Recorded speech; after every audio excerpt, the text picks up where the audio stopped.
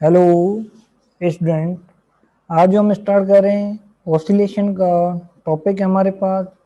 Basically अब जो ये लेक्चर है, ये लेक्चर बेसिकली जो बीएस फिजिक्स है या फिर बीएससी फिजिक्स कर रहे हैं उनके लिए है।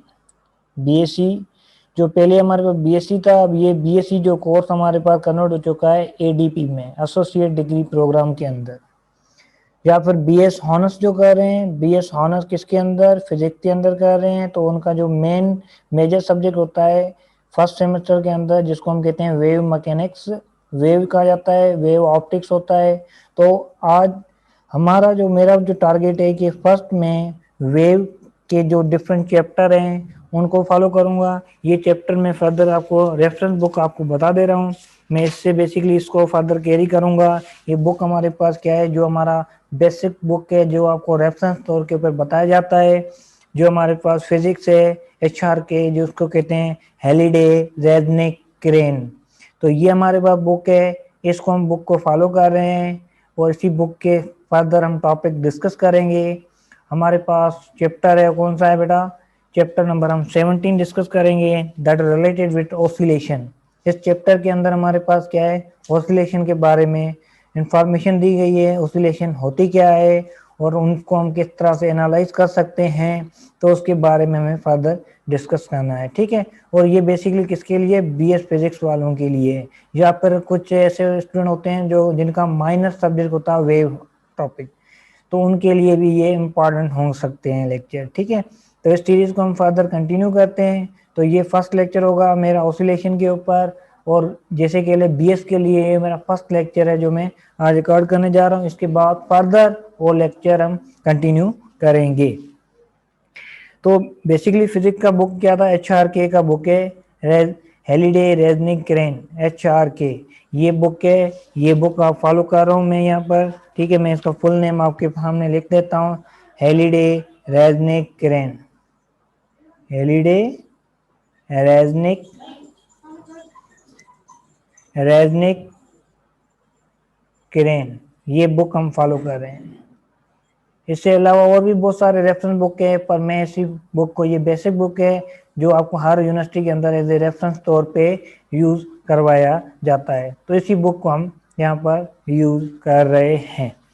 तो इसमें फर्दर हम पहले तो हम आते हैं वाइब्रेशन या ऑसिलेशन होती क्या है। तो ऑसिलेशन को हम सिंपली डिफाइन करने जा रहे हैं। तो ऑसिलेशन में फॉर सपोज हमने देखे होंगे डिफरेंट एग्जांपल अपनी लाइफ के अंदर, जैसे कि हम कह लें पेंडुलियम है, पेंडुलियम ऑफ क्लॉक। आपने देखा होगा एक बॉल लगा होता है क्लॉक के नीचे, जिसको कहते हैं पेंडुलियम क्लॉक कहा जाता है, ठीक है। या फिर हम कहते हैं कि मास ऑन ए स्प्रिंग सिस्टम।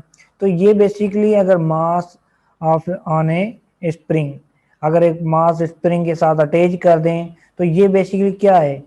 अगर सपोज करें कि हम पेंडुलियम की बात करते हैं, अगर पेंडुलियम की हम बात करते हैं, सपोज करें ये हमारे पास एक रस्सी है, रस्सी के साथ हमने क्या किया, एक बॉब को अटैच किया है।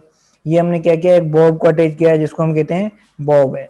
और ये बेसिकली हमारे पास किसका एग्जाम्पल है, सिंपल पेंडुलियम या कह लें पेंडुलियम ऑफ क्लॉक है। ये यहाँ पर रीजन ये होता है कि सिंपली अगर इस ऑब्जेक्ट को हम यहाँ ये क्या है, इसकी दैट द इक्विलिब्रियम पोजीशन है, कि ये रेस्ट में है ना। रेस्ट में आपने पढ़ा होगा डिफरेंट चैप्टर के अंदर, जो आप फर्स्ट इंटर के अंदर भी पढ़ा होगा कि जब बॉडी कोई रेस्ट होती है तो क्या होती है, इक्विलिब्रियम कंडीशन के होती है। तो बेसिकली ये इसकी क्या है, इक्विलिब्रियम पोजीशन, जिसको हम मीन पोजीशन भी कह सकते हैं। क्या कह सकते हैं बेटा, मीन पोजीशन। मीन पोजीशन के ऊपर बॉडी पड़ी हुई है। और यहाँ पर हम इसको क्या कहते हैं, इक्विलिब्रियम पोजीशन भी कहते हैं। क्या कहते हैं बेटा, इक्विलिब्रियम पोजीशन भी कहते हैं, इक्विलिब्रियम पोजीशन भी कहा जाता है। तो ये पोजीशन हमारे पास क्या है, बेसिकली इसकी इक्विलिब्रियम पोजीशन है। अगर इन सेंस लें तो यहाँ पर इसका रिजल्टेंट जो भी एनर्जी होगी वो क्या होगी, जीरो होगी, क्योंकि हम यहाँ पर कहेंगे इसके पास क्या है, रेस्ट मास एनर्जी है, ठीक है। तो ये क्या हमारे पास मीन पोजीशन वाली कंडीशन शो कर रही है। अब हम क्या कर रहे हैं कि सपोज इस बाल को हम क्या कर रहे हैं, इसको थोड़ा सा हम मूव करवा रहे हैं। अब इसको हमने ऊपर की तरफ मूव किया, ये बॉल कहाँ आ गया, बॉब जो है हमारे पास पोजीशन के ऊपर आ गया। ये इसकी अब न्यू पोजीशन है। अब ये इस पोजीशन को बेसिकली हम नाम देते हैं इन टर्म्स ऑफ ऑसिलेशन, ये नाम हमारे पास क्या, एक्सट्रीम पोजीशन। क्या बेटा, एक्सट्रीम पोजीशन का नाम दिया जाता है। कौन सी पोजीशन बेटा, एक्सट्रीम पोजीशन का नाम दिया जाता है। अब जब मैंने इस ऑब्जेक्ट को मैं किसी सर्टेन हाइट तक या इसको मैंने डिस्प्लेस करवाया है, जब मैं इसको छोड़ूंगा तो this object move toward the mean position, ये जो ऑब्जेक्ट है ये क्या करेगा, मूव करेगा टूवर्ड द मीन पोजीशन। अगर मैं इसको क्या किया ऊपर की तरफ लेके गया हूं तो ये क्या जाएगा, फिर डाउनवर्ड चला जाएगा टूवर्ड द मीन पोजीशन। या फिर मैं इस ऑब्जेक्ट को क्या लेके जाऊं, दूसरी साइड पे ऊपर लेके जाऊं, फिर भी ये कहां जाएगा, toward the mean position. Mean अब वो क्या चीज है जो इस ऑब्जेक्ट को अपनी ओरिजिनल कंडीशन के अंदर रिस्टोर कर रही है। अब इस ऑब्जेक्ट को क्या हो रहा है कि ये ऑब्जेक्ट क्या हो रहा है, बैकवर्ड पुश हो रहा है, क्यों, हमने इसको, अगर ये हमारे पास क्या मीन पोजीशन है, अब ये क्या कर रहा है कि ऊपर जा रहा है एक्सट्रीम पोजीशन के ऊपर, तो इसने क्या किया, एक वाइब्रेशन कवर की है। अब वाइब्रेशन कवर करने के दौरान ये क्या हो रहा है, वापस अपनी ओरिजिनल पोजीशन की तरफ जा रहा है, जिसको हम कहते हैं इक्विलिब्रियम पोजीशन, या इन अदर सेंस हम कह लें कि ये हमारे पास क्या है, मीन पोजीशन की तरफ जा रहा है। तो मीन हमने जो फोर्स अप्लाई की है उसको ऑब्जेक्ट को ऊपर लेके जाने के लिए, ठीक है। अब इसको एक बैकवर्ड फोर्स लग रही है जो उसको क्या कर रही है, रिस्टोर कर रही है। एक तो हम कह सकते हैं कि ये ऑब्जेक्ट के हाइट इसने कवर की है, ड्यू टू ग्रेविटी इसको क्या करेगी, एक तो ग्रेविटी इसको अपनी तरफ खींच रही है, तो ग्रेविटी की वजह से ये क्या होगा, पुश बैक होगा टूवर्ड द इक्विलिब्रियम। तो मीन हम कह सकते हैं कि हम यहाँ पर एक रीजन ये भी हो सकता है due to a gravity, due to a gravity ये क्या होगा, ऑब्जेक्ट जो हमारे पास बैकवर्ड चला जाएगा, ठीक है, पुश करेगा टूवर्ड द इक्विलिब्रियम पोजीशन। तो मतलब ये जब इक्विलिब्रियम की पोजीशन अगर हम दूसरी साइड पे लेके जा रहे हैं, फिर भी ये कहां जा रहा है, टूवर्ड द मीन पोजीशन जा रहा है। तो यहाँ पर इस ऑब्जेक्ट को रिस्टोर करने के लिए हमारे पास जो फोर्स होती है, जो कि ऑब्जेक्ट को इक्विलिब्रियम पोजीशन में लेके आने के लिए, उस फोर्स को हम क्या कहते हैं, that force known the restoring force. क्या कहा जाता है बेटा, रिस्टोरिंग फोर्स कहा जाता है। ये always act toward the mean position. ये फोर्स क्या करती है, जो ऑब्जेक्ट है जिसको हमने क्या किया है, पेंडुलम को ऊपर की तरफ मूव करवाया, तो वो क्या हो रहा है, वापस अपनी एक इक्विलिब्रियम पोजीशन के ऊपर आ रहा है, या फिर हम कहते हैं कि स्टेबल पोजीशन के अंदर आ रहा है। स्टेबल पोजीशन के अंदर आ रहा है मीन्स ये यहाँ पर फर्दर ये क्या करेगा, कुछ वाइब्रेशन करेगा, कुछ वाइब्रेशन करेगा, अपनी एनर्जी को लॉस करेगा। जब अपनी एनर्जी को लॉस करेगा तो कुछ टाइम के बाद क्या होगा, ये एक्सट्रीम पोजीशन, फिर क्या होगा, एक मीन पोजीशन, फिर एक्सट्रीम पोजीशन, फिर ये क्या होगा, मीन पोजीशन के आके क्या हो जाएगा, रुक जाएगा। तो इस टाइप की मोशन जो होती है वो बेसिकली हमारे पास क्या करती है, ऑसिलेशन क्रिएट करती है। क्या करती है बेटा, ऑसिलेशन क्रिएट करती है, जिसके अंदर जो बॉडी हमारे पास क्या है, टू एंड फ्रो मूव कर रही हो, जिसको हम सिंपल वर्ड में क्या कहते हैं कि that motion know the vibratory motion. क्या बेटा, वाइब्रेटरी मोशन। जैसे आपने पढ़ा होगा मॉलिक्यूल ऑफ गैस जो होते हैं वो कैसे मूव करते हैं, हमारे पास वाइब्रेटरी मोशन के अंदर होते हैं। तो सॉरी, सॉलिड के जो मॉलिक्यूल हैं वो क्या होता है, वाइब्रेटरी, क्योंकि गैस के मॉलिक्यूल क्या होते हैं, रैंडम मोशन के अंदर होते हैं। क्या होते हैं बेटा, रैंडम मोशन के अंदर होते हैं, उनकी कोई पर्टिकुलर मोशन नहीं होती, ठीक है। तो यहाँ पर हम सॉलिड के मॉलिक्यूल ले लें तो उसके जो पार्टिकल अपनी मीन पोजीशन के ऊपर क्या कर रहे होते हैं, मूव कर रहे होते हैं। तो अब हमारे पास क्या था, ऑसिलेशन। ऑसिलेशन में फर्स्ट जो टर्म आता है जिसको हम कहते हैं that type motion on the vibratory motion. Vibratory motion के अंदर क्या होता है, ये एक ऐसी टाइप की मोशन है जिसके अंदर क्या होता है, जो बॉडी होती है वो क्या कर रही है, टू एंड एनी बॉडी, जो एनी बॉडी जो हो कोई भी हमारे पास टू एंड फ्रो करे, या फिर हम ऐसे कह लें to and fro motion of body. क्या कहें बेटा, to and fro motion of body, to and fro motion of body, to and fro motion of body. To and fro जो मोशन होती है वो बेसिकली हमारे पास क्या होती है, वाइब्रेटरी मोशन होती है, या फिर अप एंड डाउन या ऊपर नीचे होना। तो ये हमारे पास क्या हो, अप एंड डाउन या बैक एंड फोर्थ, इस टाइप की जो मोशन होती है उसको हम क्या कहते हैं, वाइब्रेटरी मोशन होती है। जैसे motion of atom in solid, या हमारे पास ट्यूनिंग फॉर्क एक इंस्ट्रूमेंट है जो आप पहले आपने सुना भी होगा फर्स्ट इंटर की क्लासेस के अंदर। ये ट्यूनिंग फॉर्क एक इंस्ट्रूमेंट है जो क्या कहता है, डिफरेंट साउंड की फ्रीक्वेंसी जनरेट करने के लिए हम यूज करते हैं। तो मोशन ऑफ, या हम कह लें गिटार वगैरह होते हैं उनके अंदर एक वायर लगी होती है, वायर को जब हम पुश करते हैं ये क्या करती है, वाइब्रेट करती है। इस वाइब्रेशन के दौरान इसमें क्या होती है, एक फ्रीक्वेंसी प्रोड्यूस होती है जिसको हम क्या कहते हैं, एफ कहते हैं। क्या कहते हैं बेटा, एफ। तो बेसिकली हमारे पास क्या है, to and fro motion of body, to and fro motion of body जो होती है उसको हम क्या कहते हैं, that type of motion known है वाइब्रेटरी मोशन। उस टाइप की मोशन को हम क्या कहते हैं, वाइब्रेटरी मोशन कहा जाता है। क्या कहा जाता है बेटा, वाइब्रेटरी मोशन कहा जाता है। तो वाइब्रेटिंग मोशन या फिर हमारे पास इसको हम क्या कहते हैं, ऑसिलेशन कहते हैं, जिसके अंदर vibrating motion is also known the oscillatory motion होता है। तो बेसिकली ये जो हमारा चैप्टर है इसमें हम डिस्कस करने वाले हैं किसके बारे में, ऑसिलेटरी मोशन या वाइब्रेटरी मोशन के बारे में, जिसके अंदर ऑब्जेक्ट जो है वो क्या करे। जैसे यहाँ पर देखा ना कि ये जो पेंडुलम था ये क्या कर रहा है, पहले वो मीन से एक्सट्रीम पोजीशन की तरफ जा रहा है, फिर क्या हो रहा है, अगेन मीन पोजीशन की तरफ आ रहा है, again extreme position, again mean position की तरफ। जब ये वापस अपनी पोजीशन, ये मैंने जो साइकिल बनाया ये हमारे पास क्या बता रहा है, this cycle indicate the one vibration. ये साइकिल हमारे पास क्या बना रहा है, वन ऑसिलेशन के बारे में इंफॉर्मेशन दे रहा है। तो इस टाइप की जो मोशन होती है उसको हम क्या कहते हैं, वाइब्रेटिंग मोशन या फिर ऑसिलेटरी मोशन कहा जाता है। तो पेंडुलम जो हमारे पास क्या है कि एक वाइब्रेटिंग मोशन जनरेट करता है। तो इसी तरह हमारे पास कुछ ऐसी मोशन होती है जिनको हम नाम देते हैं that type of motion known the periodic motion. Periodic motion के अंदर क्या होता है, बेसिकली जो ऑब्जेक्ट हमारे पास क्या कर रहा होता है वो रिपीट हो रहे होते हैं, उनके जो इंटरवल वो क्या है, in equal interval of time.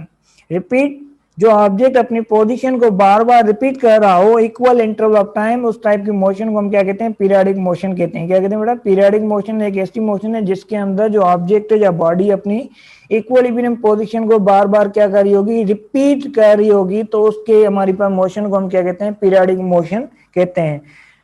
The motion which repeat itself, खुद ही खुद, जैसे एक पेंडुलम को हम ऊपर लेके गए, फिर हमने छोड़ा तो फिर अपनी पोजीशन पे आ गया, फिर ऊपर लेके गए, फिर वापस आ गया। मीन एक ऐसी टाइप की मोशन जो क्या हो, खुद ही खुद रिपीट हो रही हो इक्वल इंटरवल ऑफ टाइम, तो उस मोशन को हम क्या कहते हैं, that type of motion known है पीरियोडिक मोशन कहा जाता है। इस मोशन को हम क्या कहते हैं, पीरियोडिक मोशन कहते हैं। इसको हम डेफिनेशन क्या लिखें, मोशन विच रिपीट, जो मोशन हो विच रिपीट हो रही हो equal interval of time, repeats in equal interval of time. एक ऐसी मोशन जो इक्वल इंटरवल ऑफ टाइम के साथ क्या हो, रिपीट हो, तो उस टाइप की मोशन को हम क्या कहते हैं, पीरियोडिक मोशन कहते हैं। तो ये हमारे पास डेफिनेशन होगी किसकी, पीरियोडिक मोशन की। तो इसके बाद हमारे पास जो मेन टॉपिक है हमारे पास वो कौन सा है, that known the simple harmonic motion. जो हमारे पास सिंपल हार्मोनिक मोशन होती क्या है, तो हमने कहा कि ये जो पेंडुलम अभी कौन सी मोशन कर रहा है, एक वाइब्रेटरी मोशन कर रहा है। कौन सी मोशन कर रहा है बेटा, वाइब्रेटरी मोशन कर रहा है। इसी चीज को हम फर्दर एनालाइज कर रहे हैं कि हमारे पास सिंपल हार्मोनिक मोशन, जिसको हम क्या कहते हैं, एसएचएम कहा जाता है। क्या कहा जाता है बेटा, एसएचएम। तो फर्दर हम उसको डिस्कस कर रहे हैं। तो यहाँ पर क्या है, simple harmonic motion. Simple harmonic motion की हम बात कर रहे हैं। तो सिंपल हार्मोनिक मोशन क्या होता है, दिस मोशन एसएचएम जिसको कहा जाता है, और इसके अंदर हम क्या करते हैं कि we are consider a vibrating motion होती है, जिसके अंदर हमारे पास क्या होता है, इन विच एक्सलेशन जो डायरेक्टली प्रोपोर्शनल होती है टूवर्ड द मीन पोजीशन। माने एक ऐसी मोशन, एक ऐसी वाइब्रेटिंग मोशन जिसके अंदर क्या हो, जो एक्सलेशन डायरेक्टली प्रोपोर्शनल हो, displacement and always direct toward the mean position. हम सिंपल वर्डों में इसको डिफाइन करें तो हम क्या डिफाइन कर सकते हैं, एक ऐसी मोशन सच, एक ऐसी वाइब्रेटिंग मोशन, या ऐसे कह लें कि एक ऐसी वाइब्रेटिंग मोशन है जिसके अंदर vibratory motion in which, vibratory motion in which acceleration जो है वो क्या हो, एक्सलरेशन इज डायरेक्टली प्रोपोर्शनल हो, acceleration is directly proportional, directly proportional, directly proportional to the displacement, to displacement and ये जो डिस्प्लेसमेंट होगा, एंड ऑलवेज, ये जो डिस्प्लेसमेंट ये हमेशा कहाँ होगा, जैसे अभी हमने कहा ना पेंडुलम को हम ऊपर लेके जा रहे हैं फिर वापस कहाँ आ रहा है, अपनी इक्विलिब्रियम पोजीशन की तरफ आ रहा है ना। तो मीन एक ऐसी मोशन जिसके अंदर हमारे पास जो बॉडी का जो एक्सलेशन हो क्या हो, इट डायरेक्टली प्रोपोर्शनल हो toward the displacement and always toward the mean position. जो डिस्प्लेसमेंट होगा हमारे पास कहाँ होगा, टूवर्ड द मीन पोजीशन, हमेशा कहाँ पर लगेगा, toward the mean position. Mean position वही जो हमने अब इक्विलिब्रियम पोजीशन की बात की थी, स्टेबल पोजीशन। तो उसका टाइप की मोशन को हम क्या कहते हैं, that type of motion is known the simple harmonic motion कहा जाता है। क्या कहा जाता है, सिंपल हार्मोनिक मोशन कहा जाता है। तो इस टाइप की मोशन को हम क्या कहते हैं, सिंपल हार्मोनिक मोशन की बात करते हैं। तो इसके लिए हमने अभी एक एग्जांपल लिखा था कि एक एग्जांपल हमने लिखा था पेंडुलम का, दूसरा इस पे हमने एग्जांपल लिखा था कि mass spring system. Mass spring system, ये हमारे पास एक किस्म का क्या है, हार्मोनिक ऑसिलेटर है। क्या है, मास स्प्रिंग सिस्टम की हम बात करते हैं तो ये हमारे पास क्या है, सिंपल वर्ड में हम कह लें दर्द है हार्मोनिक ऑसिलेटर है। ये हमारे पास क्या है, बेसिकली दर्द है हार्मोनिक ऑसिलेटर। तो इसके लिए हम क्या करते हैं, for suppose we consider a spring, हम क्या करते हैं एक दीवार, ये हमारे पास एक दीवार है और इसके साथ हम क्या कर रहे हैं, एक स्प्रिंग को कनेक्ट कर रहे हैं। ये हमारे पास एक किस्म की केले के दीवार है और यहाँ पर हमारे पास एक सरफेस है जो क्या है, बिल्कुल प्लेन सरफेस है। क्या है बेटा, बिल्कुल ही क्या है, हमारे पास एक प्लेन सरफेस है जिसको मैं यहाँ इंडिकेट कर रहा हूँ। ये हमारे पास एक सरफेस है, ये प्लेन सरफेस है और इसके ऊपर हम क्या कर रहे हैं, पुट कर रहे हैं एक स्प्रिंग। स्प्रिंग को हमने ऐसे अटैच किया, ये हमारे पास एक स्प्रिंग है जिसको हमने अटैच किया और स्प्रिंग के साथ हम क्या कर रहे हैं, पुट कर रहे हैं एक बॉडी, जिसको इस बॉडी को हमने जिसको रखा है सरफेस। और सरफेस हमारे पास याद रखें क्या होगा, फ्रैक्शनल लेस सरफेस होगा। क्या है, एक आइडियल कंडीशन की हम बात कर रहे हैं, क्या होगा, फ्रैक्शनल लेस सरफेस होगा। और बॉडी का जो मास हमारे पास क्या है, एम है। और ये याद रखें कि जिस सरफेस के ऊपर हम रखेंगे वो हमारे पास क्या होगा, फ्रैक्शनल लेस होगा, जिसके ऊपर जो हॉरिजॉन्टल सरफेस है ना, mass spring system place on horizontal surface के लिए, प्लेस ऑन हॉरिजॉन्टल सरफेस कहां पर रखा गया है, हॉरिजॉन्टल सरफेस के ऊपर रखा गया है। ठीक है, हॉरिजॉन्टल सरफेस के ऊपर। अब इसका जो मास क्या है, एम है। क्या है बेटा, और ये क्या है, हमारे पास एक इक्विलिब्रियम पोजीशन के ऊपर पड़ा हुआ है जिसको हम कहते हैं मीन पोजीशन। और इसका जो डिस्टेंस होगा फ्रॉम द मीन पोजीशन हम कह लेंगे x इज इक्वल टू 0 है। तो x इज इक्वल टू 0 का मतलब this object which put on the mean position, ये ऑब्जेक्ट जो है स्प्रिंग के साथ अटैच है, ये क्या है, हमारे पास मीन पोजीशन के ऊपर पड़ा हुआ। मीन्स हम कह सकते हैं ये जो ऑब्जेक्ट है हमारे पास जो स्प्रिंग है वो किस कंडीशन में, रिलैक्स कंडीशन में। रिलैक्स कंडीशन में मीन्स इसके ऊपर अभी कोई फोर्स हमने अप्लाई नहीं की है, तो मतलब ये जो स्प्रिंग होगा किस कंडीशन में होगा, रिलैक्स कंडीशन में। और इसका जो मास ऑफ बॉडी हमारे पास जिसको अटैच किया हमारे पास क्या है, एम है। बेसिकली ये बॉडी क्या है, इसके सरफेस के साथ क्या है, इंटरेक्ट हुई है। ठीक है, टच होगी। ठीक है, अब क्या कर रहे हैं कि फॉर सपोज इसको हम क्या कर रहे हैं, फोर्स अप्लाई कर रहे हैं राइट वर्ड। मैं इसको क्या कर रहा हूँ, स्ट्रेच कर रहा हूँ राइट वर्ड। इसी स्प्रिंग को मैंने खींचा राइट वर्ड, ये मैं जब इसको राइट वर्ड इसको खींचूंगा तो ये क्या होगा, स्ट्रेच होगा। स्ट्रेच होगा, it cover certain displacement along the positive direction. ये क्या करेगा, कुछ डिस्प्लेसमेंट कवर करेगा। मीन ये जो पोजीशन, ये तो हमने कहा ना x इक्वल 0, ये हमारे पास क्या है, this position on the mean position. और इसके बाद जो पोजीशन हमारे पास बनती है, that type of position on the extreme position हम कहते हैं। इसको क्या कहते हैं बेटा, एक्सट्रीम पोजीशन। यहाँ पर क्या होता है, जो डिस्प्लेसमेंट होगा greater than x is greater than 0। यहाँ पर क्या है, x इज ग्रेटर देन 0, यहाँ पर कुछ ना कुछ डिस्प्लेसमेंट कवर किया है। हमने जो इसको फोर्स लगाई वो किस डायरेक्शन में ऐसे अप्लाई की है। ठीक है, इसको राइट वर्ड फोर्स अप्लाई किया, पर इसके अंदर एक और फोर्स जनरेट हो गया। अब ये स्प्रिंग जो है अब हमारे पास क्या है कि स्ट्रेच कंडीशन के अंदर है। किस कंडीशन में बेटा, अब इसको हमने फोर्स लगा के इसको क्या किया, स्ट्रेच किया है। तो हम कह सकते हैं ये हमारे पास क्या है, स्ट्रेच कंडीशन के अंदर है। किस कंडीशन में, स्ट्रेच कंडीशन के अंदर है। जब हमने स्ट्रेच किया तो अब क्या हुआ, जब हमने जो फोर्स अप्लाई की उसको क्या करिए, स्ट्रेच कर रही है।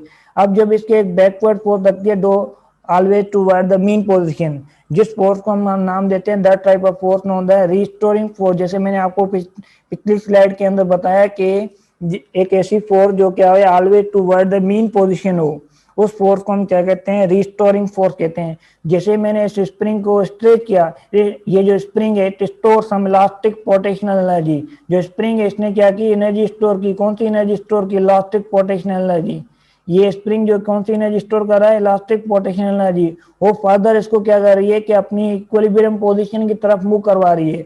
मतलब जैसे एक ऑब्जेक्ट को हम जमीन से ऊपर लेके जाते हैं तो that can store some energy, that energy known the gravitational potential energy because we do some work against the gravity.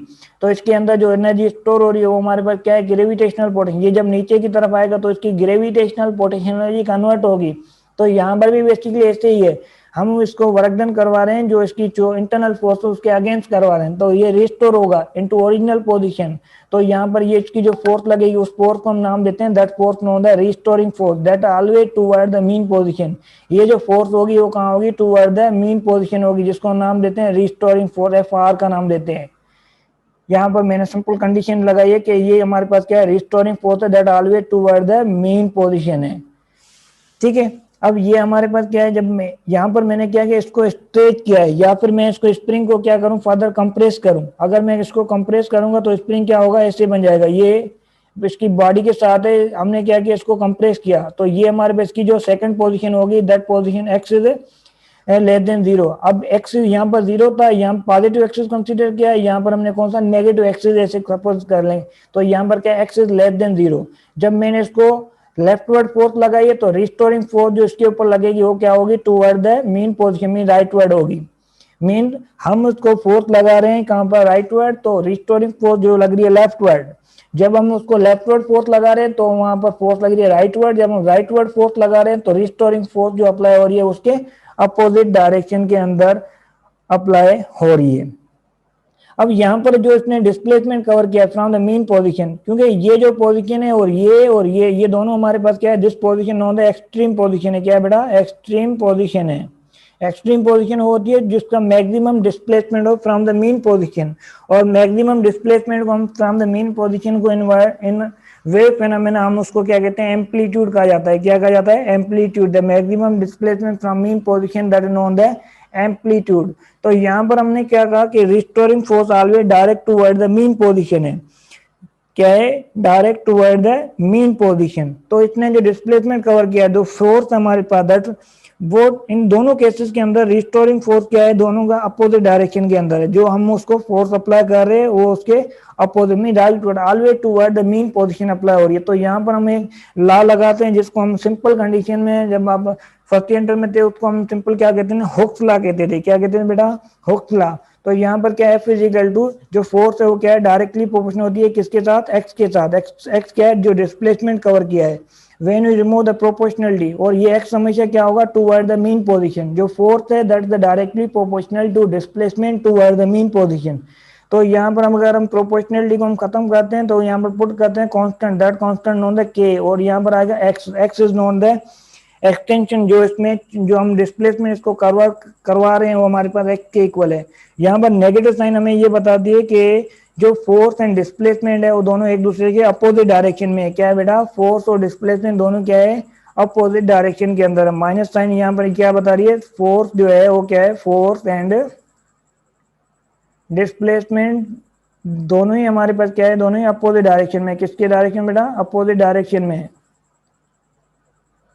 Opposite direction में है। तो यहाँ पर हमारे पास क्या हो गया, F इजिकल टू माइनस के एक्स। तो ये हमारे पास हुक्स लॉ के जो जनरल फार्मूला आपने पढ़ा है इस फर्स्ट इंटर की क्लासेस के अंदर, ठीक है। अब यहाँ पर हमारे पास क्या है कि ये बॉडी मूव कर रही है, तो अब ये बॉडी जब मैं इसको क्या कर रहा हूँ, इसको स्ट्रेच कर रहा हूँ या फिर मैं इसको कंप्रेस कर रहा हूँ, दोनों कंडीशन के अंदर ये क्या हो रही है, ड्यू टू ए इनर्शिया ये फर्दर क्या होगी, वाइब्रेट करेगी। देख यहाँ पर क्या है बेटा कि इस बॉडी को हमने स्ट्रेच किया, ये इधर गई, फिर हमने इसको क्या कंप्रेस किया, फिर इधर आई। तो अब क्या है कि जब मैं इसको अपनी एक्सट्रीम पोजीशन के ऊपर लेके जा रहा हूँ तो ये बॉडी क्या हो रही है, वाइब्रेट कर रही है। जब एक बार मीन पोजीशन में पूछेगी ना, सपोज करें ये पेंडुलम वाली कंडीशन देखें तो ये बॉल है, इस बॉल को मैं ऊपर लेके गया, फिर इस बॉल को यहाँ पर मैं छोड़ूंगा तो ये क्या होगा, कंटिन्यू इसके दरमियान क्या करेगा, वाइब्रेट करेगा। अब मैं फर्दर इसको कोई फोर्स नहीं लगा रहा हूँ, अब इसने जो एनर्जी स्टोर की है उसकी वजह से, क्योंकि जब ये बॉडी यहाँ पर है ड्यू टू इनर्शिया, कोई बॉडी अगर मोशन में तो हरकत में रहना चाहेगी, तो मीन्स है ड्यू टू इनर्शिया ये बॉडी क्या करेगी, फर्दर मूव करेगी तो इसके बाद क्या होगी, एक्सलेशन होगी। तो according to Newton second law, क्या है बेटा, Newton second law. Newton second law हमें कहता है कि Newton second law of motion, तो न्यूटन सेकंड लॉ के अंदर क्या होता है, एफ फिजिकल एम ए होता है। तो अब क्या करें कि इस इक्वेशन को, ये फर्स्ट इक्वेशन है, इसको हम कंपेयर कर रहे हैं किसके साथ, सेकंड इक्वेशन के साथ। जब इन दोनों को हम कंपेयर करेंगे तो यहाँ पर हमारे पास, अब ये जो हमारे पास सिंपल इक्वेशन, इसको मैं सेकंड इक्वेशन का नाम बाद में देता हूँ कि इसको मैं अब इन टर्म्स ऑफ ये जो इक्वेशन है, अब इस इक्वेशन को हम लेके आते हैं इन terms of integration, in function of derivative के अंदर। हमारे पास ये लॉ जो है ना, इसको हम क्या कहते हैं कि जो एक्सलेशन है वो क्या होता है, double derivative D square over D T square. ये डबल डेरिवेटिव ऑफ डिस्प्लेसमेंट जो होता है ना, ये हमारे पास बेसिकली किसको इंडिकेट करता है, हमारे पास न्यूटन सेकंड लॉ को इंडिकेट करता है। अब हम जो डिस्कस कर रहे हैं फर्दर डिटेल के अंदर स्टडी कर रहे हैं कि in terms of integration function हमारे पास ये जो न्यूटन सेकंड लॉ क्या हुआ, m D square x over D T square. अब क्या करें, अब ये जो हमारे पास इक्वेशन बनी, this is known as the second equation. ये हमारे पास कौन सी इक्वेशन बेटा, सेकंड इक्वेशन। फर्दर इसी चीज को हम कंसीडर करते हुए आगे की तरफ मूव करें कि ये हमारे पास इक्वेशन आ गई सेकंड इक्वेशन। क्या आ गई बेटा, सेकंड इक्वेशन। तो ये हम डिस्कस करें further in terms of derivative function या इंटीग्रेशन को यूज करते मैथमेटिकल ऑपरेशन जो हमने पढ़े हैं डिफरेंट क्लासेस के अंदर, उन्हीं को हेल्प लेके हम इसको फर्दर आगे की तरफ सॉल्व करेंगे। किसको? सिंपल हार्मोनिक मोशन को इंडिकेट कर रहे हैं इन टर्म्स ऑफ अब ये क्या है, कंपेयर करना है दो equation, comparing by comparing equation number 1 and 2। हम क्या करेंगे, कंपेयर करेंगे 1 एंड 2 इक्वेशन को। अगर 1 एंड 2 इक्वेशन को जब हम कंपेयर करेंगे तो यहाँ पर क्या होगा, f इजिकल टू माइनस के एक्स का, तो वहां पर इक्वेशन जो हमारे पास क्या बन जाएगी, माइनस के एक्स इजिकल टू, ये माइनस के एक्स आ गया, और दूसरी साइड हमारे पास क्या है, M D square x over D T square, ये फंक्शन हमारे पास D T square double derivative of displacement, तो हमारे पास क्या होता है, ये हमारे पास एक्सप्रेशन को इंडिकेट करता है। अगर इसी इक्वेशन को हम फर्दर रीअरेंज करें, अब ये जो इक्वेशन आप फर्स्ट इंटर वाले बच्चों के लिए नहीं है, ये इक्वेशन फर्दर जो बीएस वगैरह करते हैं उनके लिए इंपॉर्टेंट है, ठीक है, आपके लेवल के ये नहीं है, ठीक है बेटा। तो यहाँ पर अगर फर्दर अगर देखें तो हम ये फंक्शन यहाँ पर क्या है, नेगेटिव है, तो इसको दूसरी साइड लेके जाएंगे तो ये क्या होगा, डी स्क्वायर। यहाँ पर इस फंक्शन को अगर लिखें तो हमारे पास क्या होगा, m D square x over D T square, और यहाँ पर ये नेगेटिव फंक्शन उस साइड क्या होगा, प्लस हो जाएगा, तो यहाँ पर के एक्स इज इक्वल टू 0। तो ये इक्वेशन जो आई, this equation known as simple harmonic oscillator, कोई ऑसिलेटर, जैसे मैंने कहा ना कि अब ये जो हमारे पास सिस्टम है ये क्या है, सिंपल हार्मोनिक ऑसिलेटर है। क्या है बेटा, सिंपल हार्मोनिक ऑसिलेटर, जो क्या कर रहा है, डिफरेंट नंबर ऑफ ऑसिलेशन कर रहा है, तो इसको हम क्या कहते हैं, that is known as simple harmonic oscillator कहा जाता है। क्या कहा जाता है बेटा, सिंपल हार्मोनिक ऑसिलेटर कहते हैं। क्या कहते हैं बेटा, सिंपल हार्मोनिक ऑसिलेटर कहा जाता है। तो ये इक्वेशन जो हमारे पास है, equation of simple harmonic oscillator कह सकते हैं। This equation known as the equation of simple harmonic oscillator. ये इक्वेशन ऑफ मोशन है, equation of motion of harmonic oscillator. यहाँ पर मैंने सिंपल का नाम लिखा है, सिंपल का नाम आप काट दें। सिंपल हम ऐसे कहते हैं कि ये इक्वेशन जो हमारे पास बेसिकली क्या है, this equation of motion of the harmonic oscillator. कोई भी हार्मोनिक ऑसिलेटर जो डिफरेंट नंबर ऑफ वाइब्रेशन कर रहा है तो उसके लिए जो इक्वेशन होगी क्या होगी बेटा, m D square x over D T square, ये बेसिकली न्यूटन सेकंड लाई है, ठीक है। प्लस हमारे पास क्या है, हम फंक्शन को इन्वॉल्व करें के एक्स इज इक्वल टू 0, तो ये हमारे पास क्या है, हार्मोनिक ऑसिलेटर की इक्वेशन बन गई। तो इसी चीज को हम फर्दर कंटिन्यू करते हुए अब हमें क्या फाइंड करना है कि डिस्प्लेसमेंट फाइंड करना है। क्या फाइंड करना है बेटा, डिस्प्लेसमेंट। तो उसके लिए हम फर्दर आगे की तरफ मूव कर रहे हैं। तो हमारे पास ये हमारा जो इक्वेशन यहाँ पर यूज की, इसको मैं फर्दर रिलेट कर रहा हूँ। तो ये बेटा याद रखें, यहाँ पर हमने क्या किया, दोनों इक्वेशन को हमने क्या किया, यहाँ पर कंपेयर किया है। तो इसके बाद फर्दर मैं आगे डिस्कस कर रहा हूँ कि मुझे क्या फाइंड करना है, we are finding the displacement. हमें क्या फाइंड करना है, डिस्प्लेसमेंट फाइंड करना है। तो डिस्प्लेसमेंट के लिए हमारे पास जो इक्वेशन है, इसी इक्वेशन को हम यूज करें, इक्वेशन ऑफ मोशन को। इसी इक्वेशन, पहले तो ये इक्वेशन हमारे पास यूज करनी है जिसको हम नाम देते हैं फर्स्ट और सेकंड हो गई, ये हमारे पास थर्ड इक्वेशन आ गई। इस थर्ड इक्वेशन को यूज करते हुए, क्योंकि आपने फर्स्ट नॉर्मल क्लास के अंदर आपने पढ़ा है कि ओमेगा स्क्वायर जो होता है दैट इज इक्वल टू के ओवर एम, के इज अ कांस्टेंट, ये इसके इक्वल होता है। या फिर हमने ऐसे भी पढ़ा होगा अंडर डी एल के ओवर एम। ये बेसिकली हम फाइंड आउट करते हैं बाय कंपेयरिंग हुक्स लॉ को कंपेयर करते हैं। जैसे यहाँ पर हमने कंपेयर किया है विथ सेंटीमीटर एक्सप्रेशन के साथ, जब वो यूनिफॉर्म सर्कुलर मोशन, इन दोनों को कंपेयर करके हम निकालते हैं, ठीक है। तो यहाँ पर हमारे पास क्या है कि ओमेगा स्क्वायर जो हमारे पास किसके इक्वल है, के ओवर एम के इक्वल है। ओमेगा इज इक्वल टू के ओवर एम। तो यहाँ पर क्या होता है कि इन टर्म्स ऑफ वेलोसिटी, जो वेलोसिटी होती है उसको हम D X over D T भी लिख सकते हैं, the rate of change in displacement. Normal condition हम क्या लिखते थे, delta x over delta T लिखते थे। पर अब इन टर्म्स ऑफ डेरिवेटिव जो हमारे पास क्या है, डेरिवेटिव बेसिकली हमारे पास चेंज बता रहा है। तो यहाँ पर क्या है, D X over D T, ये बेसिकली हमारे पास क्या है, वेलोसिटी है इन टर्म्स ऑफ डेरिवेटिव। क्या है, इन टर्म्स ऑफ डेरिवेटिव जो हमारे पास वेलोसिटी क्या है, D X over D T. इसी फंक्शन को अगर हम आगे कंटिन्यू करें तो हमारे पास ये फंक्शन हमारे पास किसके इक्वल हो जाएगा, तो ऊपर वाली इक्वेशन के अंदर m D square x over D T square, ये बेसिकली एक्सप्रेशन है। तो यहाँ पर इसको, इस इक्वेशन को, थर्ड नंबर इक्वेशन को अगर रीराइट करें ना, तो ये इक्वेशन क्या हो जाएगी, दस इक्वेशन आल्सो रिटन एज, ये इक्वेशन जो हमारे पास क्या होगी, इसको इक्वेशन को ऐसे भी रख सकते हैं कि यहाँ पर क्या है, एम है। अगर हम क्या करें कि फर्दर यहाँ पर हमने थोड़ा सा एक मिस्टेक की है, और ये कि यहाँ पर जो हमारे पास ये एम था ना, एम, पहले हम m को क्या करते हैं कि इस साइड पे यहाँ पर क्या मल्टीप्लाई है तो मैं इसको नीचे इधर क्या करता हूँ डिवाइड कर देता हूँ। जब मैं m को यहाँ पर डिवाइड करूंगा तो ये फंक्शन थोड़ा सा हमारे पास चेंज हो जाएगा। चेंज होने के बाद अब इस फंक्शन को मैं उस साइड लेके आऊंगा तो ये जो m था ना m इधर आ जाएगा k ओवर m। तो ये फंक्शन हमारे पास क्या हो गया k over m into x हो गया। क्या हो गया बेटा k over m into x. तो ये इक्वेशन हमारे पास क्या बनेगी that equation is equal to k over m into x. और यहाँ पर जो m था ये क्या होगा हमारे पास बिल्कुल खत्म हो जाएगा। तो ये इक्वेशन खत्म होने के बाद ये टर्म जो खत्म होने के बाद हमारे पास क्या बनेगा ये जो थर्ड नंबर इक्वेशन है इसको रीराइट करेंगे तो this equation can be written as dv upon dt। क्योंकि the rate of change in velocity is called acceleration होता है। तो यहाँ पर क्या आ गया dv अपॉन dt आ गया प्लस हमारे पास क्या है k over m into x. और यहाँ पर क्या है 0। अभी हमने कहा कि k और m हमारे पास किसके इक्वल है that is equal to omega square. तो यहाँ पर इस इक्वेशन को अगर फिर फर्दर रीराइट करें तो ये होगा d v over D t हो जाएगा प्लस हमारे पास क्या है omega square into x is equal to 0। तो ये हमारे पास इक्वेशन आ गई।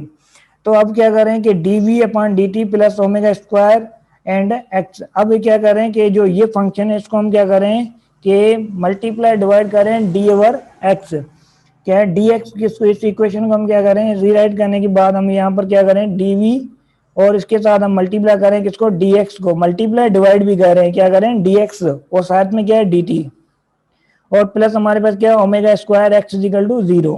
अगर इसी चीज को हम फर्दर आगे की तरफ कंटिन्यू करें तो हमारे पास ये जो इक्वेशन हमारे पास क्या बन जाएगी।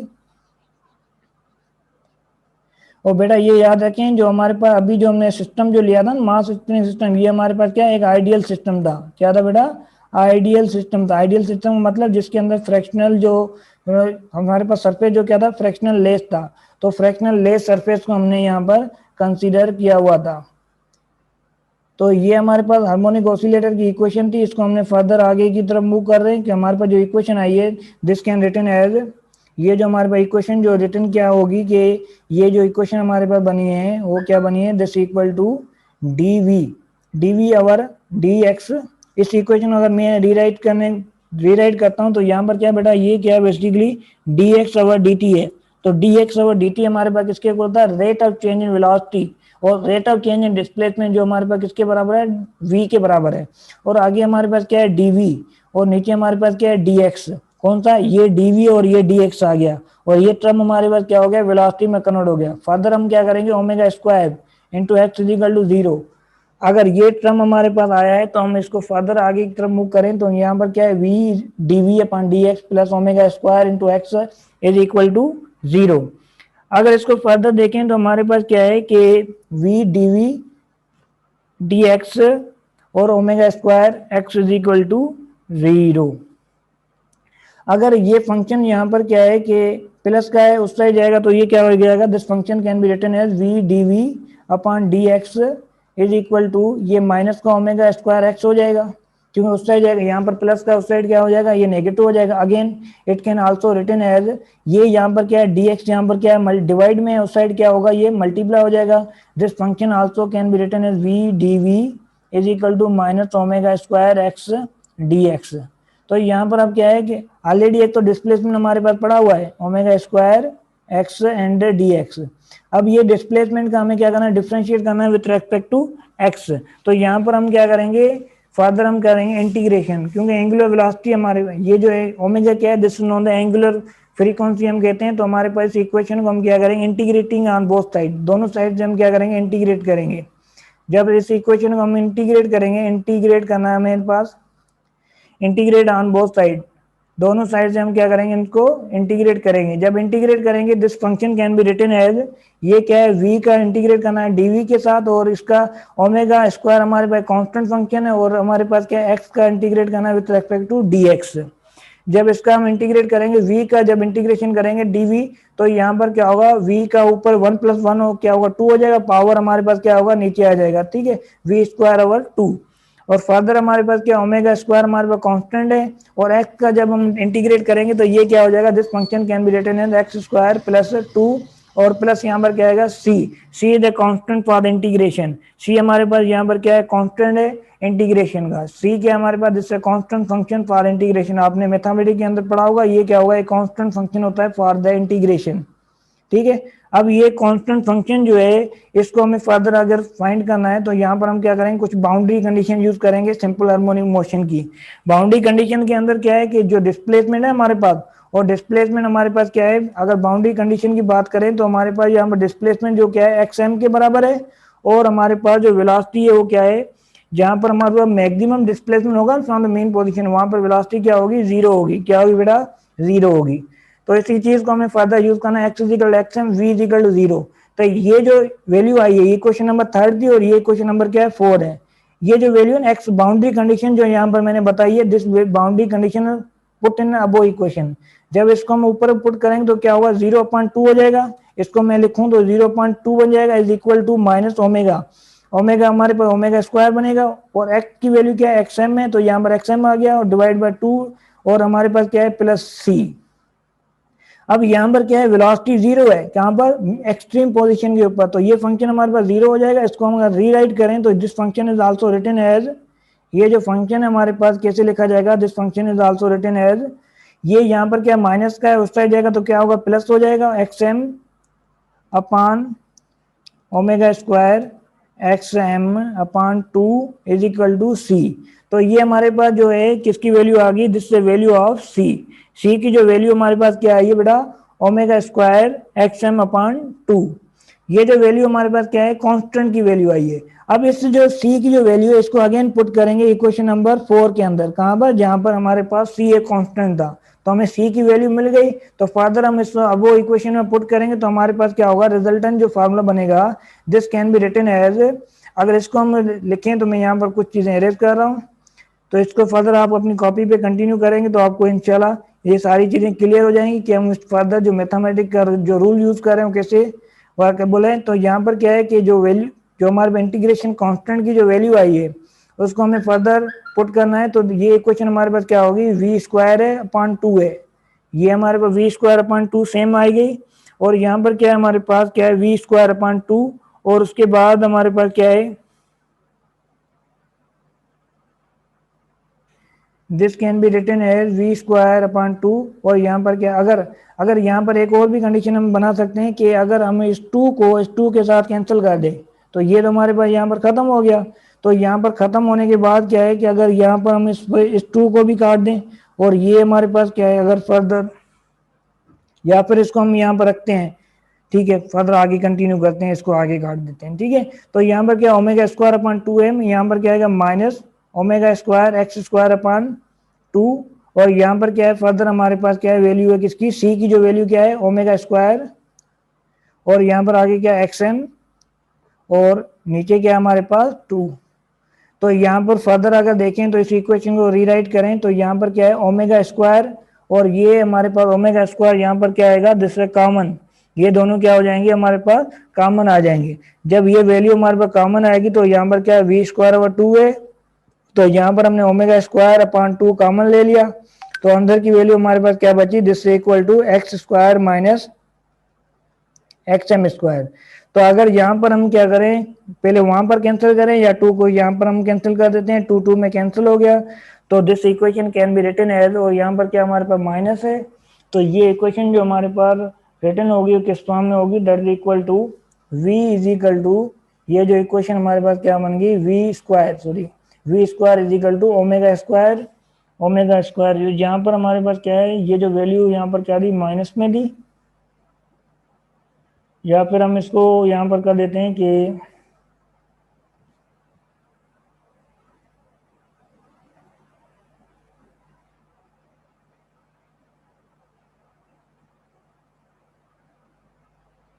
तो ये हमारे पास क्या हो गया, that equal to omega square, further आगे हमारे पास क्या है एक्स स्क्वायर, यहाँ पर ये क्या माइनस है x square minus x M square, ये वैल्यू आ गई हमारे पास। अगर यहाँ पर देखें तो ये माइनस, अगर मैं इस इक्वेशन के साथ मल्टीप्लाई करूं तो ये इक्वेशन हमारे पास क्या हो जाएगी, वी स्क्वायर ओमेगा स्क्वायर, ये जो प्लस का टर्म है उससे चला जाएगा, माइनस का कर देते हैं इसको, और ये यहाँ पर माइनस का माइनस इंटू माइनस क्या हो जाएगा, प्लस हो जाएगा। इस इक्वेशन को रीराइट करेंगे तो क्या होगा, x M square minus x square हो जाएगा। तो ये इक्वेशन हमने क्या की, रीराइट की है, क्या की बेटा, रीराइट। तो इस इक्वेशन को हम फर्दर आगे की तरफ लेके जा रहे हैं कि ये इक्वेशन हमारे पास क्या बन गई, v square is equal to omega square x M square minus x square.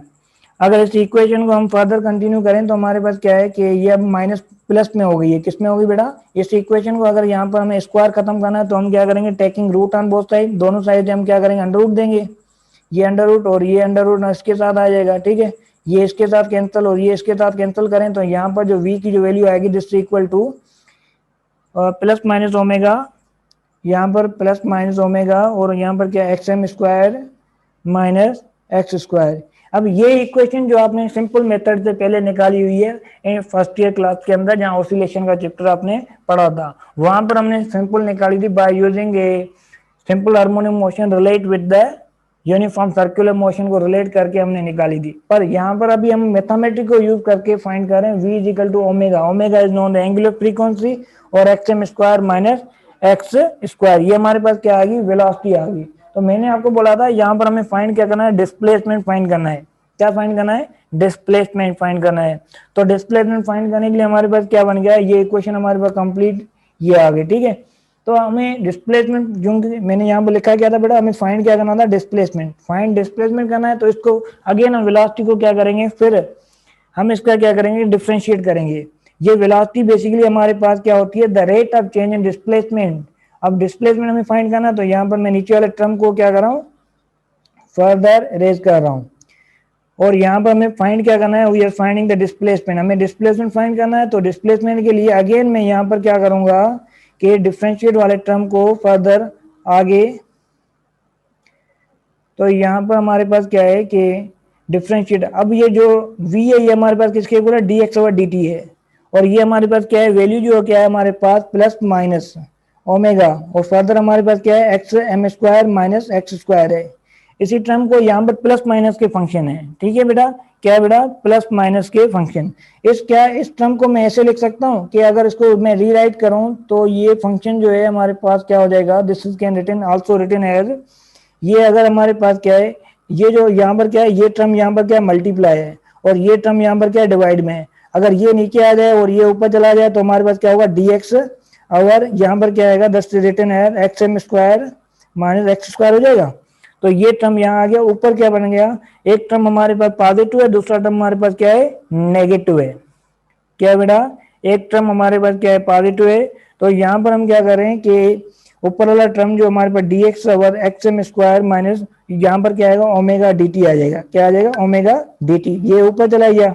और यहाँ पर क्या है, अब अगेन हम क्या करेंगे, इंटीग्रेशन करेंगे, क्या करेंगे बेटा, अगेन हम क्या करेंगे, और ये जो टर्म हमारे पास क्या है, this term is negative term, यहाँ पर जो हमने टर्म लिया है ना, ये कौन सा लिया बेटा, नेगेटिव टर्म लिया है, और दूसरी साइड पे हम इसका पॉजिटिव टर्म लेते हैं, क्या है बेटा, पॉजिटिव टर्म। तो पॉजिटिव टर्म क्या होगा, dx ओवर ये क्या होगा, एक्स एम स्क्वायर, ये सेम ही टर्म है पर इसके दो टर्म है, दोनों को अलग अलग कर रहे हैं, एक्स स्क्वायर, और ये किसके इक्वल होगा, this can also written as, ये जो रिटन होगा दैट्स ओमेगा dt हो जाएगा, ओमेगा dt। अगर इसको फर्दर देखें तो इन दोनों को इंटीग्रेशन करें, दोनों साइड से दोनों टर्म को इंटीग्रेट करना है विथ रेस्पेक्ट टू dt। तो अगर इंटीग्रेट करेंगे तो यहाँ पर क्या होगा, इंटीग्रेट ऑन बोथ साइड। तो जब इंटीग्रेट करेंगे तो यहाँ पर इंटीग्रेशन का फॉर्मूला है वो डायरेक्टली अप्लाई होगा, इंटीग्रेट ऑन बोथ साइड, दोनों साइड से मैं यहाँ पर लिख देता हूँ, दोनों साइड से भी करना हमें, ठीक है। तो मैं दोनों साइड से करना है, इस फंक्शन को अलग करना है, इस फंक्शन को अलग करना है। तो यहाँ पर जब इसको हम इंटीग्रेट करेंगे, ये जो फंक्शन है, ये फंक्शन हमारे पास किसके इक्वल है, that is equal to cos inverse, ये फंक्शन किसके बराबर है, cos इनवर्स के बराबर है। और यहाँ पर जो ये नीचे वाले दो टर्म है ये क्या आ जाते हैं, जैसे term in x upon x m, ये बेसिकली हमारे पास इंटीग्रेशन का फंक्शन है, जो आप जाके इंटीग्रेशन के जो डिफरेंट फार्मूला आपके बुक के अंदर दिए गए हैं उसको आप देख सकते हैं। तो ओमेगा टी है जो, अब डी टी है, अब यहाँ पर क्या आएगा, हमें इंटीग्रेशन करेंगे तो यहाँ omega T plus five is not the integration constant, five हमारे पास क्या है, इंटीग्रेशन कांस्टेंट है। यहाँ पर माइनस का टर्म था तो हमने कॉस इनवर्स डाला है, यहाँ पर प्लस का है तो यहाँ पर क्या आएगा, साइन इनवर्स आएगा, क्या आएगा बेटा, साइन इनवर्स। तो यहाँ पर क्या है, एक्स ओवर एक्स एम, तो यहाँ पर नीचे वाला जो फंक्शन ये सेम आएगा, एक्स ओवर एक्स एम, और उसके बाद हमारे पास क्या, ओमेगा टी प्लस फाइव। तो ये हमारे पास इक्वेशन आ गई। तो इन दोनों को इंटीग्रेट करने के बाद, और five is known the integration constant, बेटा याद रखें फाइव क्या हमारे पास, this is known the integration constant है।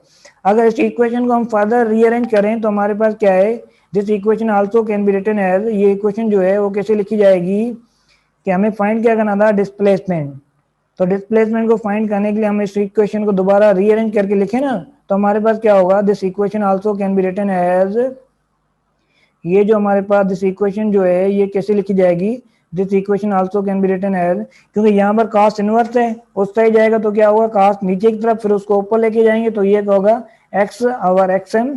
पहले मैं इस साइड को लिख रहा हूँ, ये फर्स्ट वाली साइड, ये फर्स्ट वाली साइड है, ठीक है। तो एक्स ओवर एक्स एम होगा और यहाँ पर क्या आएगा, cos omega T plus five. अगर हमें यहाँ पर क्या फाइंड करना, एक्स फाइंड करना है तो एक्स इज इक्वल टू क्या होगा, x m cos omega T plus five. ये इक्वेशन आपने पहले ड्राइव की हुई है फर्स्ट ईयर क्लास के अंदर, जो x is equal to x m cos omega T plus five. तो ये एक हमारे पास इक्वेशन आ गई। और दूसरा जो फंक्शन हमारे पास क्या है, दूसरा जो फंक्शन हमारे पास है वो हमारे पास नेगेटिव है, तो यहाँ पर क्या आएगा, this function can also written as, ये फंक्शन जो होगा ये कैसे लिखा जाएगा, this equal to x is equal to x m. यहाँ पर एक्स एम क्या है, एम्पलीट्यूड है, और यहाँ पर क्या है, कॉस की जगह क्या आएगा, साइन आएगा, ओमेगा टी प्लस फाइव। तो ये हमारे पास क्या है, displacement of simple harmonic oscillator. ये दोनों इक्वेशन हमारे पास क्या है, एक साइन वेव की बातें बता दी है, दूसरी हमारे पास क्या है, कोसाइन टर्म के अंदर हमें इंडिकेट कर रही है। और ये बेसिकली हमारे पास क्या है, दिस इज नोन द, ये इन इक्वेशन को हम क्या कहते हैं, it the displacement of harmonic oscillator. ये क्या है हमारे पास, पहले हमने क्या करा, मोशन ऑफ हार्मोनिक ऑसिलेटर की इक्वेशन निकाली थी, और ये जो इक्वेशन है ये हमारे पास क्या है, this equation also known as, ये इक्वेशन है हमारे पास X is equal x M sine omega T plus five. ये बेसिकली दिस, ये इक्वेशन हमें ये बता रही है कि जो यहाँ पर हमारे x is equal x M sine omega T plus five, तो ये हमारे पास डिस्प्लेसमेंट है किसका बेटा, सिंपल हार्मोनिक ऑसिलेटर। जो हार्मोनिक ऑसिलेटर हमने पहले डिस्कस किया है मास स्प्रिंग वाइब्रेटिंग सिस्टम के बारे में, तो उसकी जो इक्वेशन हमारे पास क्या आई, X is equal x M sine omega T plus five. Basically ये कैसे आई, क्योंकि हमने क्या है, जो हमारे पास यहाँ पर इंटीग्रेशन का फंक्शन था माइनस डी एक्स और x M square minus x square, इसका हमने क्या किया था, इंटीग्रेट किया था। जब इसका हमने इंटीग्रेशन की तो यहाँ पर जो रिजल्टन हमारे पास फार्मूला आया, this formula can be written as cos inverse x upon x, x upon x m, और यहाँ पर क्या फंक्शन लिखा गया, this written as omega T plus five. Five is known the integration constant, यहाँ पर फाइव हमारे पास क्या है, ये एक इंटीग्रेशन कांस्टेंट है, ठीक है। और फर्दर यहाँ पर क्या है, sine inverse x upon x m omega T plus five. तो ये हमारे पास क्या है, दिस इज फेज। बेसिकली ये हमारे पास क्या है, ओमेगा टी हमें बताता है, this is known as a omega t. Omega mean ये फ्रीक्वेंसी है, ये बेसिकली एंगल को बता रहा है, और इसको हम क्या कहते हैं, this term is known as phase angle, या इसको कहते हैं फेज ऑफ मोशन कहा जाता है। क्या कहा जाता है, सिंपल वर्ड में हम क्या कहें, इसको फेज ऑफ मोशन भी कह सकते हैं। क्या बेटा, ओमेगा टी प्लस फाइव। और ये एक्सएम जो क्या है, this XM is known the amplitude of the harmonic oscillator. ये क्या है, एम्पलीट्यूड है किसका, एम्पलीट्यूड ऑफ हार्मोनिक ऑसिलेटर। तो ये टॉपिक यहाँ तक। फर्दर हम नेक्स्ट जो टॉपिक होगा वो हमारे पास क्या होगा, इसका next amplitude and phase of harmonic oscillator. हम फेज कैसे एनालाइज करते हैं, कौन सी चीज का, मास स्प्रिंग सिस्टम का, ठीक है। और उसके बाद हमें डिस्कस करना है next angular frequency of the simple harmonic oscillator. Okay and thank you.